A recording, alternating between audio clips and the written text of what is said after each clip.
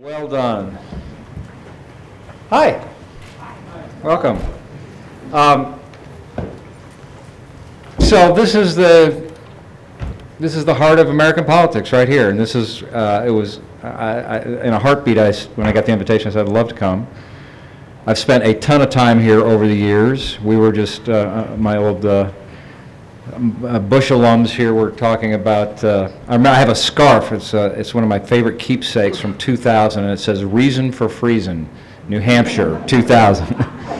And so I have so many great memories of being in the state and campaigning for John McCain and for George Bush, and you know, I don't think you've really even come close to experiencing American politics unless you've been in New Hampshire. So you are. We appreciate what you do for the American political system. I think it's vital to have the first primaries and caucuses in Iowa and New Hampshire. I think it makes a big difference in how people campaign. I know there's a lot of talk about changing that. I hope it doesn't change, because I know it's very healthy for candidates to come here and have to talk to voters one-on-one. It makes a big difference. That's so much, and have to answer questions directly. So I think it's a great filter on the process. So I love American politics, which is why I love New Hampshire and everything about it. And I've learned a lot over the years, and I've learned a lot from winning campaigns. I've learned even more from losing campaigns. In fact, I'd say that I learned more from campaigns that I lost than campaigns that you win. Losing campaigns really hurts. You know, you put your life and soul into something, and it's just a crushing experience when you lose. And of course, it's great to win, but when you lose, you just say, I don't ever want that feeling again. So some time ago, well, let me back up even further. George W. Bush asked me to be his chief media guy in 2000 and to do all the advertising for that campaign. And I was at first really excited, and then I was petrified, because I'd never done it before. And it was a huge responsibility, and it scared me. And so I said, I better learn a lot fast. And so I spent a bunch of time going back to the origins of American political media and advertising, which was really started with Dwight Eisenhower. And I studied it, and I went and talked to the people who were still living that did those campaigns, and just soaked up as much as I could. And I saw some really interesting patterns and things that emerged as I observed all of this. And then I sat down with a friend of mine who I'm going to talk about a little bit later. His name's Paul Begala. Paul has probably been up here before. He's a well-known political does a lot of political commentary, and he's a former political consultant who worked for Bill Clinton. Paul and I went to school together in Austin at the University of Texas, and then he worked for Bill Clinton, I worked for George Bush, and then we later were in a firm together. And so when we were in that firm, we sat down with each other and said, let's do an exercise. Let's go back through all the winning campaigns that we've done and distill what it is that every winning campaign does. And we created a presentation. It's kind of like, if you've ever seen the book, The Highly Effective Habits of Successful People, this is like the highly effective habits of successful campaigns. And so it's been really interesting to do that over time. And one lesson about any communications, especially in politics, is that nothing is static. And campaigns that look in the rearview mirror and see what worked before are the campaigns that often are the losing campaigns. So it's important in all of this to always be thinking about not what's happened before, but what's the next thing that's going to happen? What's the next evolution of communications and strategy? And as a really good example, just look to last year. I mean, on November 9th, the day after the election, as I was about to go give a presentation like this somewhere, I thought, oh my God, I've got to throw out half of what I thought I knew. Because, you know, there were several of those things that were in that original presentation that Donald Trump just threw out the window and kind of rewrote the rule book. So I'm going to just do an amended version of what I call how to win.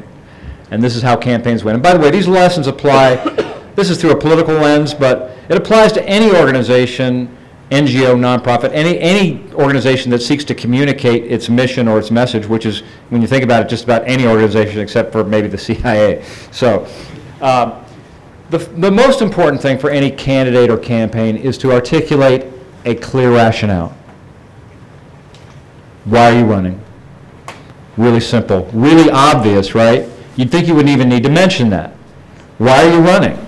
But you look at failed campaigns, and often at the core of a failed campaign is a failure to communicate a rationale, and winning campaigns articulate a very clear and compelling rationale.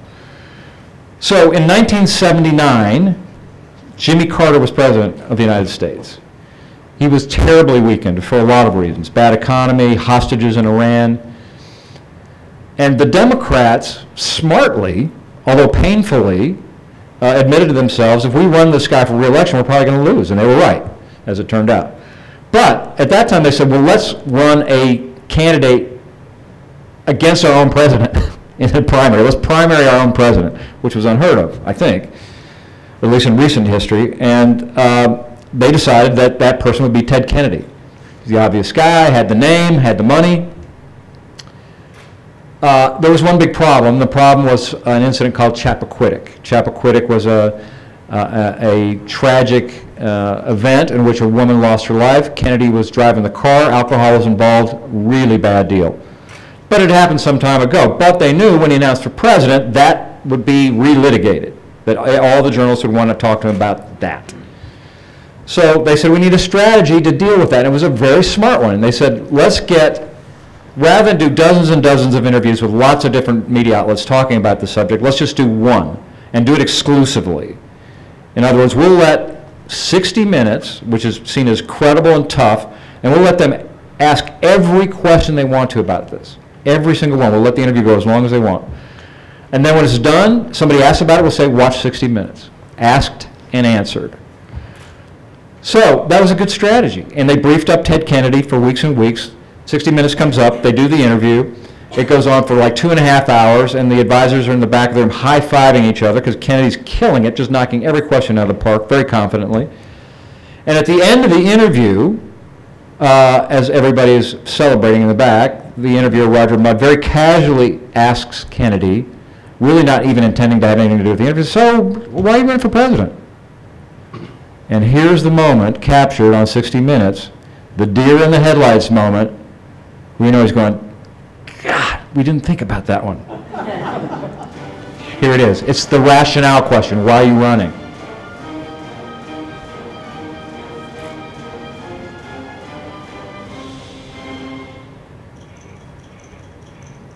Why do you want to be president?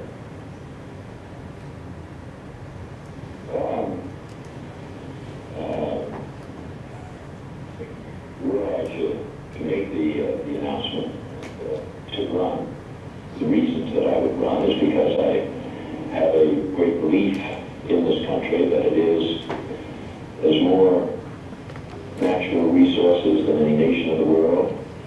There's the greatest educated population in the world, the greatest technology of any country in the world, the greatest capacity for innovation in the world, and the greatest political system in the world. Not so good. Not so good. In fact, not just bad, but think about it. He's the challenger, challenging an incumbent president, and challengers should have a message about change. Right? You want to do something different than what's going on. And what does he do? He says, everything's going great. Great education system, great natural system, great this, great that. What he articulated was a message to re-elect Jimmy Carter. Right? That was Carter's re-election message. And the campaign melted down because of a failure to articulate a rationale. Okay, here's a guy who thought about it a little bit more. Every time I speak about my hope for America, the cynics in Washington roll their eyes. You see, they don't believe we can actually change politics and bring an end to decades of division and deadlock. They don't believe we can limit the power of lobbyists to block our progress, but that we can trust the American people with the truth. And that's why we face the same problems and hear the same promises every 4 years. My experience tells me something very different. In 20 years of public service, I've brought Democrats and Republicans together to solve problems that touch the lives of everyday people. I've taken on the drug and insurance companies and won. I defied the politics of the moment and opposed the war in Iraq before it began. This is Barack Obama. I approved this message to ask you to believe, not just in my ability to bring about real change in Washington. I'm asking you to believe in yours. Fantastic. right? Clear, compelling rationale. There's a reason that guy was elected to be president of the United States twice, right? Okay, so but that's 75 words in 1 minute. Now here's somebody doing it in 4 words. And we will make America great again. God bless you and good night. Okay, so whether you agree with it or not, that is a clear rationale. And he was so certain about that rationale, he copyrighted those 4 words the day after the 2012 election. He was so clear about that rationale. Okay, so, and he's running against somebody on the other side, Hillary Clinton, who had arguably been thinking about this longer than just about anybody who's ever run for president, right? She's First Lady in the Senate, had run before in 2008, been Secretary of State, and yet, look what happens when she goes to announce. And this is by the authors of a book about the campaign from the Washington Post. This is their observation. Okay, they're at the announcement. Here's the announcement speech. And what happens? No overarching narrative explaining her candidacy. Hillary had been running for president for almost a decade and still didn't really have a rationale, okay? So, failure to articulate a rationale, and you look back at the campaign, clearly part of the problem for Hillary Clinton and part of the success of Donald Trump. Telling a story. So we usually think about storytelling in terms of culture, film, movies, books. It's just as important in campaigns. Good campaigns tell a story. And what does that mean? It means that there's a narrative architecture to it.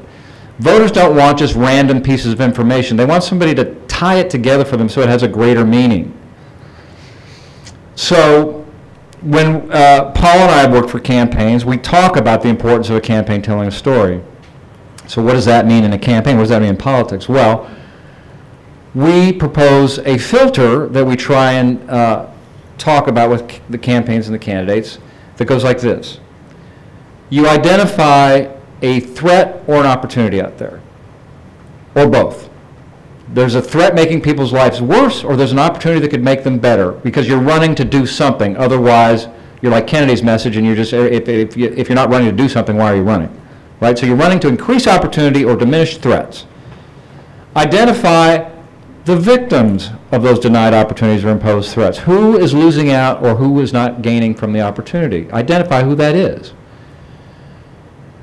Identify the villain or villains, and it's not necessarily a person. It could be a government, a bureaucracy, a regulatory system, something that is imposing the threat or denying the opportunity. Propose a solution, reveal the hero. That's just a classic narrative architecture.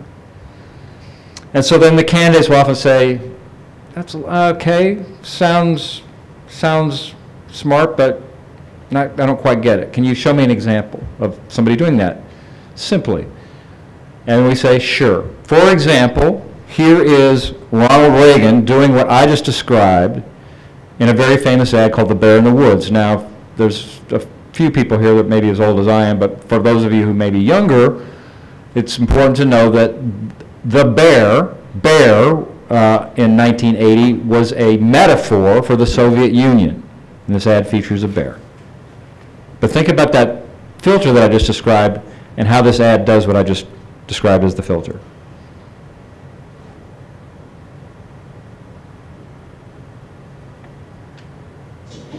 There is a bear in the woods. For some people, the bear is easy to see. Others don't see it at all. Some people say the bear is tame. Others say it's vicious and dangerous. Since no one can really be sure who's right, isn't it smart to be as strong as the bear? If there is a bear.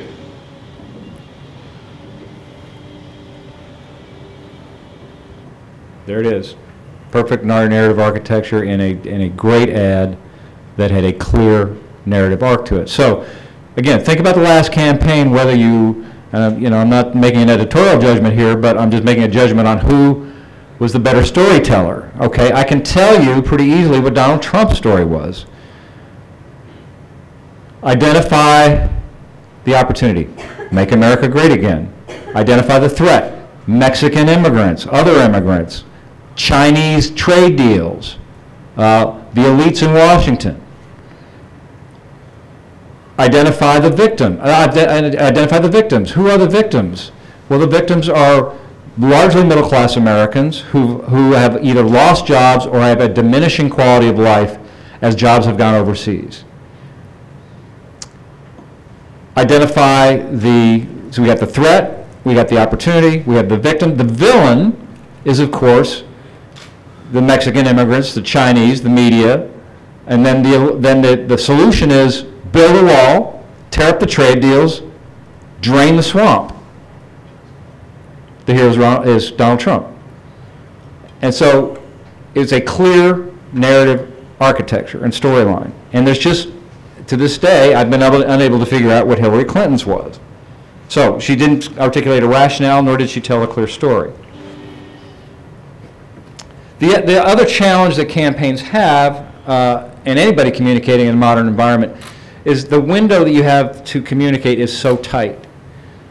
And just to give you an example of how tight that is and what a challenge that is, in 1968 when Richard Nixon ran for president, the average amount of time that a candidate would get on television after a speech or a press conference for Nixon in 1968 during that presidential campaign was 47 seconds. Okay, doesn't seem like a whole lot of time, but in the last campaign for Hillary Clinton and Donald Trump, the average amount of time they got on network news in the last campaign was 7 seconds. 7 seconds. So think about that. So if you're working with a candidate or a CEO or somebody trying to communicate a message, you sit down and you say, okay, Mr. Governor, Senator, President, whoever, you've got your climate change speech tomorrow. And they're great. I've been working on this for months. I'm so excited. I feel so strongly about this issue. And you say, and you've got to articulate your message in 7 seconds. And they say, well, that's ridiculous. I'm a really smart person. And this is a really complicated subject. And I am not going to dumb it down so that people, because it's too complicated. And so the reason I have a goldfish here is that Microsoft did a study a couple of years ago in which they determined that the average attention span of a goldfish is 9 seconds. All right? The average attention span of a human being, 8. 8 seconds. Okay, so suddenly the 7-second thing kind of makes sense, right? So the candidate says that's ridiculous, it's too complicated, I can't dumb it down like that, and that's exactly what Bill Clinton said to my friend Paul in 1992. During that campaign, they were preparing for the debate, and Paul asked him a question about the balanced budget amendment, which was a big issue at the time. And 25 minutes into his answer, Paul stops him and says, Governor, you don't have 25 minutes, you have 3. And Clinton said, Paul, it's very complicated issue. And started arguing with him and said, you know, I can't do it. And Paul said, well, then you lose. And Clinton said, well, smarty pants, show me an issue this complicated that can be articulated in the way that you're describing. And Paul said, okay. And he pulled out a small Bible out of his pocket that he used to carry around, maybe he still does, that he bought when we were at the University of Texas on what we call the drag there. And he pulled it out and he opened it to a very famous biblical passage, John 3:16.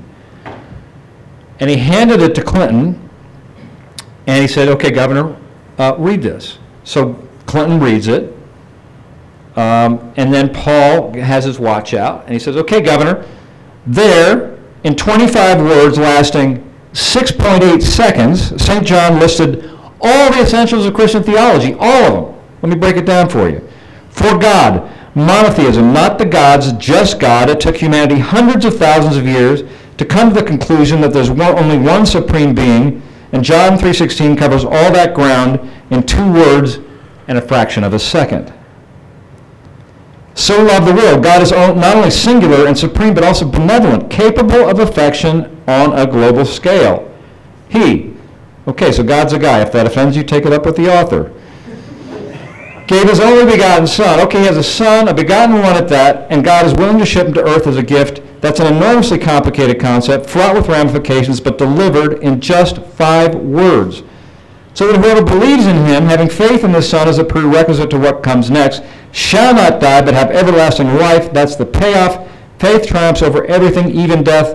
No wonder believers call this the good news.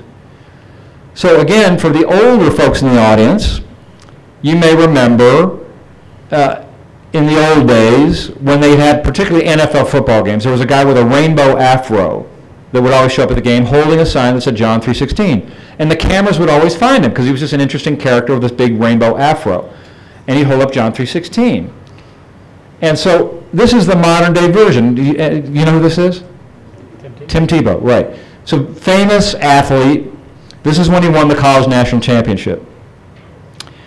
So going in, and so he's the modern day version of the guy with the afro because he goes into this game and he has a few thoughts on his mind. One, I think we're going to win. Two, when we win, I'm going to be on TV. And three, when I'm on TV, I've got something I want to say that has nothing to do with football. And so what does he do? He puts John 3:16 into the eye black under his eyes. And what happens when people see that? Well, they either know what it is, or if they don't, what do? Mr. Google, right? And then they get the message in 7 seconds, the message that he wants to send. And Clinton said, okay, I got it. And went on to be president of the United States. So now we have a president who is tweeting frequently from the White House and did during the campaign. So he has effectively learned how to manipulate social media and communication in a tight frame in 140 characters. And just as an exercise, I thought, I wonder, and I did this.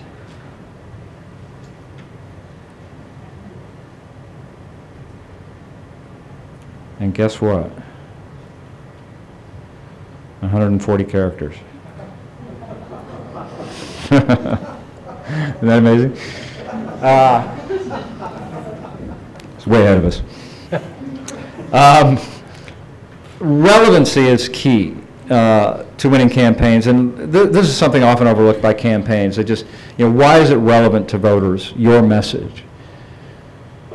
So I'm going to now show you the most famous ad in American politics. Many of you may have seen it. It's called the Daisy ad. If you asked 1,000 political consultants what the best ad ever made, ever, anywhere, 1,000 would say this ad. There'd be debate over second or third. I've seen this ad 1,000 times, and it still blows me away. But it's deceiving because it blows you away because of the creative element of the ad. It's just so creative and powerful.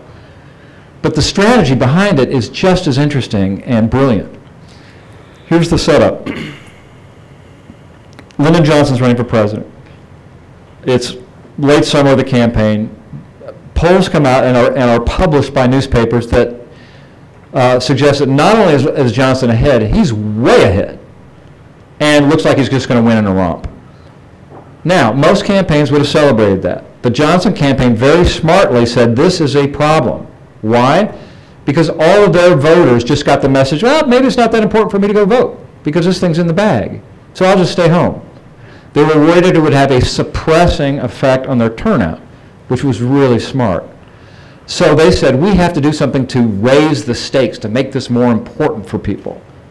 And they created an ad that said, if you elect the other guy, there's going to be a nuclear war. Here it is.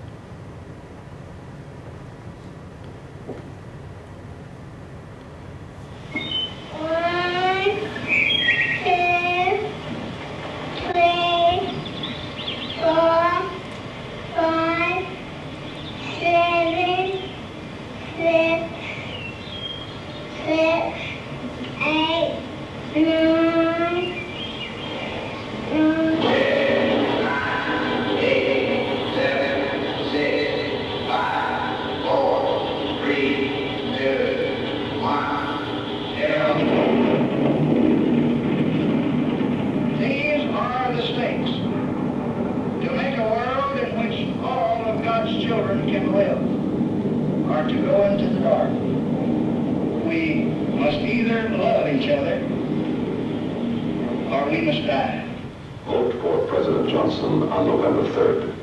The stakes are too high for you to stay home. Ooh, vote or die. That's pretty relevant. and Johnson won handily. So, as I said, as I studied presidential campaigns, things are not static and they evolve. It's like voters get used to something, and you know, it's kind of like a virus, and you introduce antibacterials, and it gets used to that, and you have to give it, you know, a new antibacterial to fight it off. So voters are just sophisticated, and they figure out, you know, how they're being persuaded or manipulated, as some may say. Especially, well, here's the deal. I mean, people generally are, in America, not just America, but generally are skeptical about advertising, right? They know it's an ad, they know somebody's paying for it, but they're especially skeptical about political advertising because we have something called the First Amendment, which means that political candidates can say whatever they want, and it doesn't even have to be true, and often it's not. And so voters know that, and they see an ad and they say, well, this is probably somebody not telling me the truth.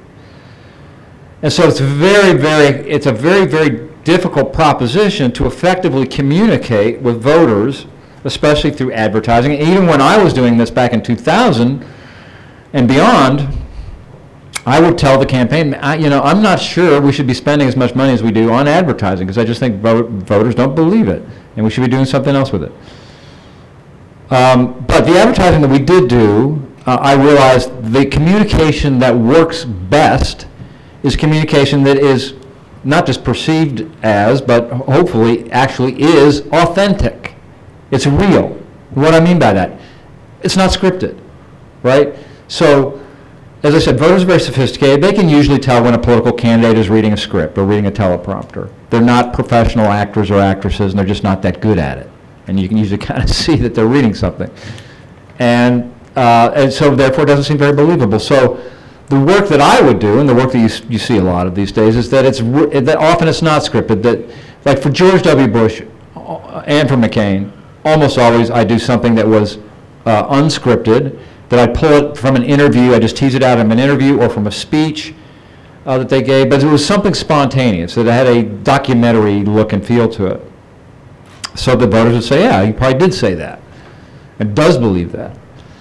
And as an example of that, so George Bush won the nomination despite New Hampshire in 2000.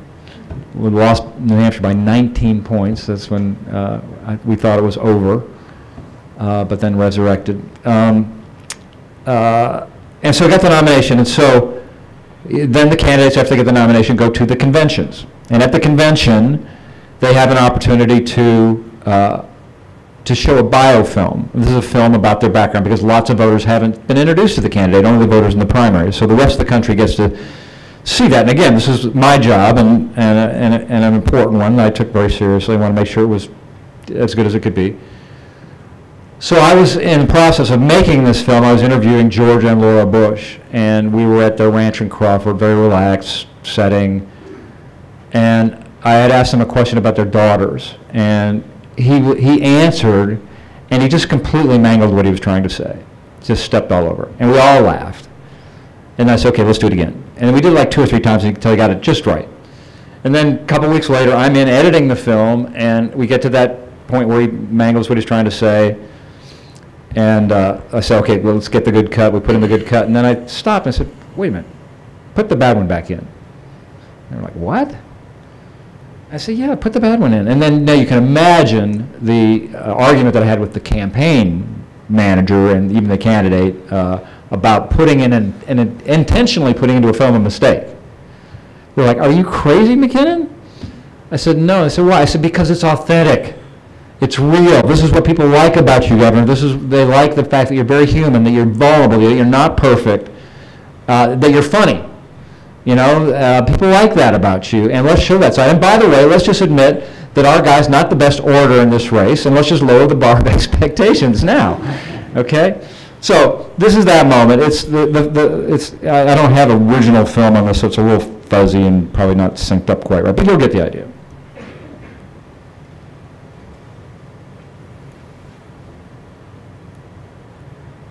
It was a great moment when they were born, and I was in the delivery room, and it was just an incredible feeling of life. preciousness of life. And I realized I was responsible. I was responsible for helping them grow up in a safe and secure home. That I was responsible for loving them with all my heart and all my soul. That I was going to be responsible for helping them get a good education. And these girls have mean more to us than anything. They've just graduated from high school. It just seemed like yesterday that we were at the hospital and birth. I like to laugh, and I like to laugh with people, and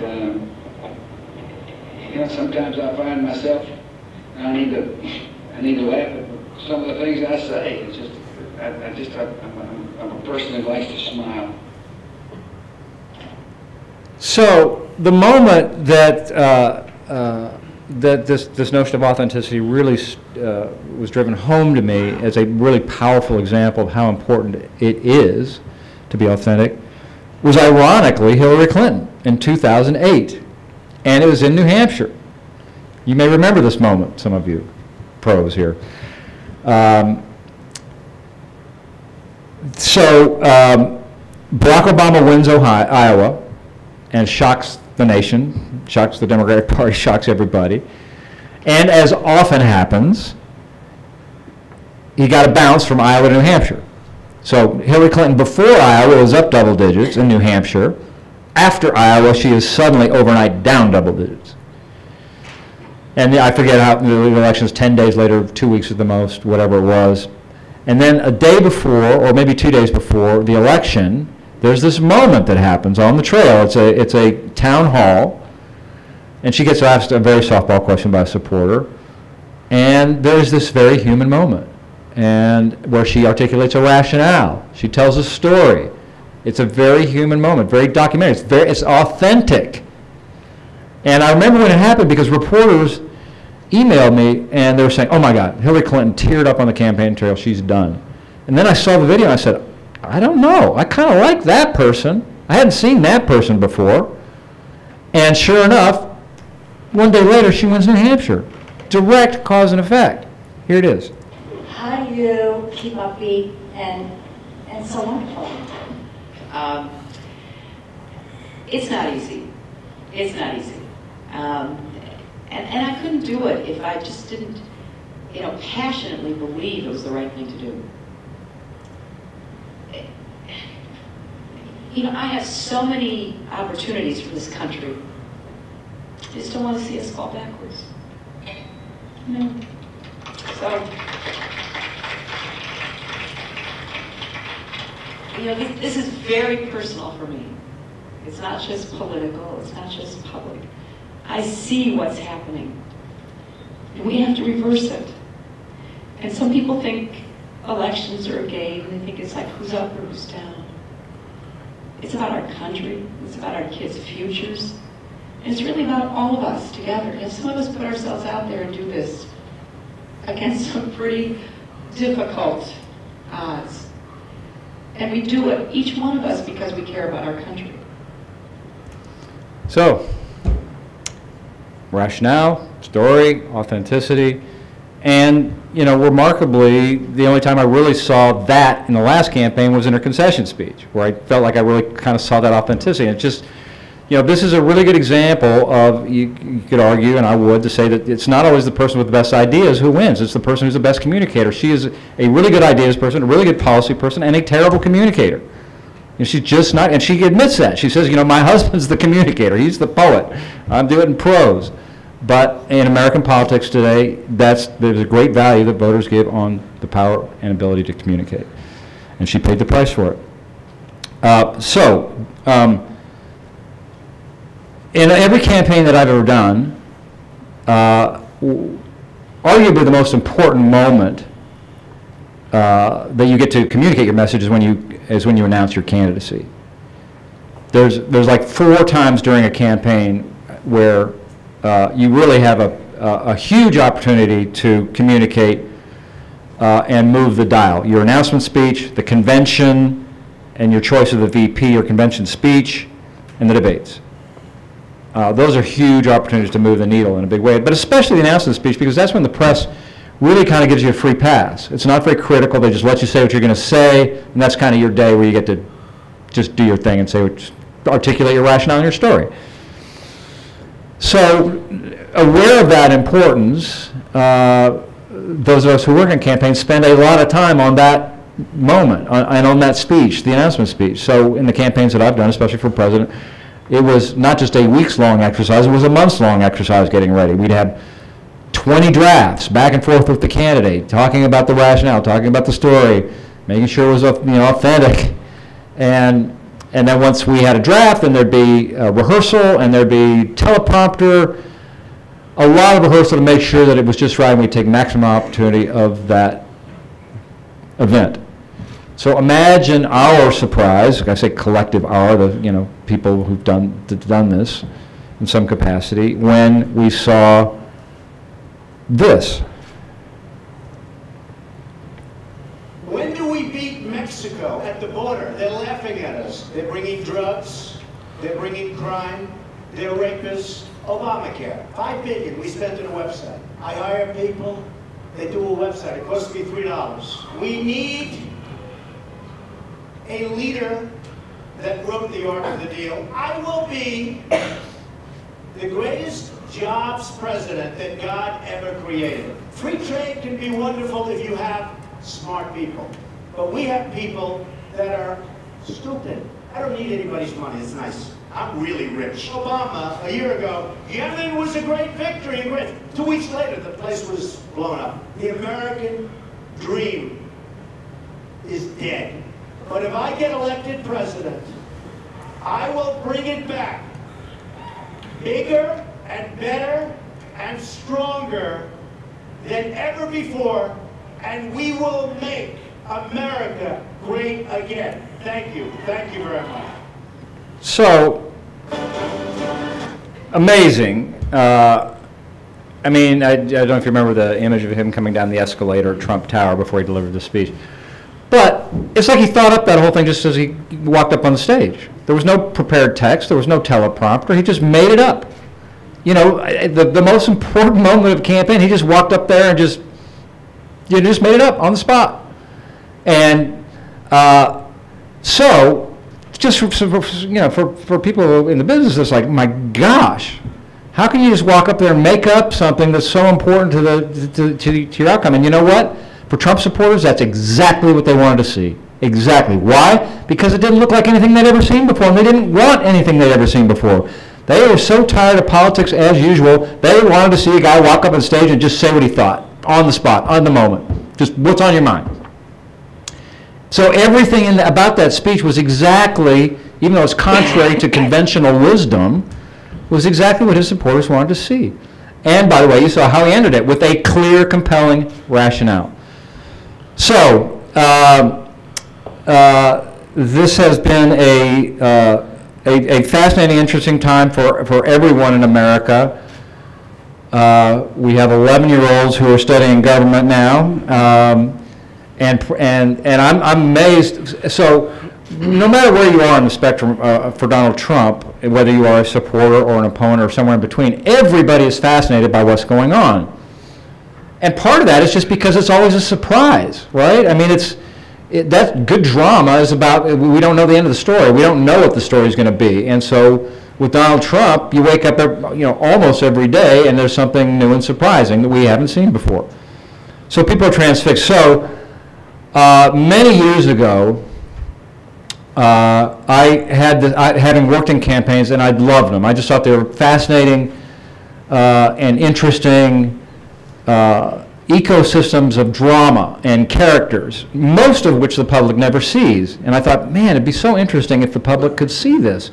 And not just interesting, I thought it'd be informative. I thought it'd be helpful for people to see not just the candidates, but to see them behind the scenes when their guard was down, to see their families, to see the characters in the campaign, what they were all about, that it would be enlightening. And so I came up with this idea of a real-time political documentary to shoot behind the scenes but roll it up as it was happening. And it took years and years for me to sell the idea. It wasn't the idea that was difficult to sell, it was the execution. People in Hollywood said, man, it's a great idea, but I don't think you can do it. And luckily it took years because actually we needed the technology to catch up. But in mid-2015, after having been, you know, in 100 meetings and conversations where it was on, it was off, it was on, it was off, it was on, it was off, then Showtime showed up and said, we love it, let's do it. And they said, not only do they want to do it, they want to do 26 episodes, which is a lot of TV. And so the challenge is that real-time documentary meant real-time. Some of the other people that we talked to about doing it said, well, how about quarterly or monthly? And I said, no, it has to be weekly, because if it's monthly, it'll be ancient. And so you have to feel like you're in the cockpit of the campaign as the campaign's happening. But Showtime got that, and they were, and as you can see why that'd be a challenge for a TV network executive, right? Because all other shows that they produce and put on their network, they see weeks, if not months ahead of time. Showtime sees the Circus Sunday morning, the night it goes up. That's when they see the show, the morning before it goes up that night. So that's a big gamble for network executives. But Showtime got it and signed us up, and so as I said, 26 episodes for the campaign. When they said 26 episodes, I thought, oh my gosh, first of all, it's going to be really hard to do, because we basically create a documentary that people usually have months, if not years, to produce, and we got to do it in a week. That's just going to be hard work, which it was incredibly hard. It's the hardest I've ever worked by far. But I also thought, wow, 26 episodes, there's just going to be weeks where not that much is going on. That never happened, ever. In fact, the only challenge every week was cutting stuff, because there was so much would happen. And to my point about the timetable, usually by Thursday or Friday, the stuff we shot Monday or Tuesday was like, oh my God, kill that. That was like a lifetime ago. And so as we all know, it turned out to be a really surprising campaign. But I thought that was that. I said, okay, well, great, I got to do this idea, got to do it, and it exceeded my expectations. Great, and goodbye. And then 3 weeks into the Trump administration, the president of Showtime called and said, get back out there, man, the circus hadn't stopped. So, and I was at first quite skeptical about it. I said, I don't know, you know, the campaign was cinematic, it's all over the country, it's, you know, just stuff happening every day. Washington's boring and it's static, and I was wrong. In many ways, so we shot a second season out of Washington, really mostly kind of around about the first 100 days. And it was different, but in many ways it was even more interesting, I think, because for people it was real. Now it wasn't just like theoretical in a campaign, it was like real life Washington stuff. And to my point earlier, everybody's paying attention. And you know, we have, you know, 11-year-olds who know about executive orders. In governing by, you know, by presidential fiat rather than by legislative agreement. So, the show went really well, and so we had to take a break because mostly because my co-hosts were writing a book, and so then, as you may have read, one of my co-hosts got caught up in this recent sexual harassment allegations and has paid is paying the price for that, and he's no longer going to be part of this show or any other shows or the book. Mark Halpern, who's a big fan of this place and has been here many times.